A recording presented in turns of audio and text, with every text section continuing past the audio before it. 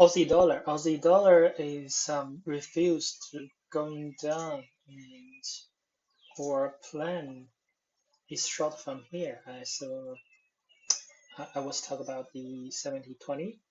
Is did went to a little bit higher, 70-30 or something here, and but I was still short here, still in short, and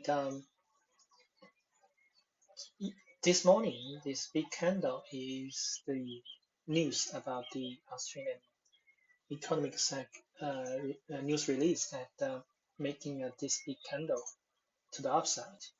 But from my view, that still in downtrend, it just is if you have a look the whole picture of the daily chart, yeah, it's still in the consolidation area. So, but for if you have a look the MACD is nearly there. So our plan, my plan, is I will be watching here this area, and I'll be watching watching the USD dollar. That's this one. That's all expected. Is heading down to 97.20 or 97. So for the London session and Europe session, if the US dollar is getting start the candle start here is reverse, so we can start to short Aussie dollar. So I think the Aussie dollar will still a little bit strong to maybe this area, this 97.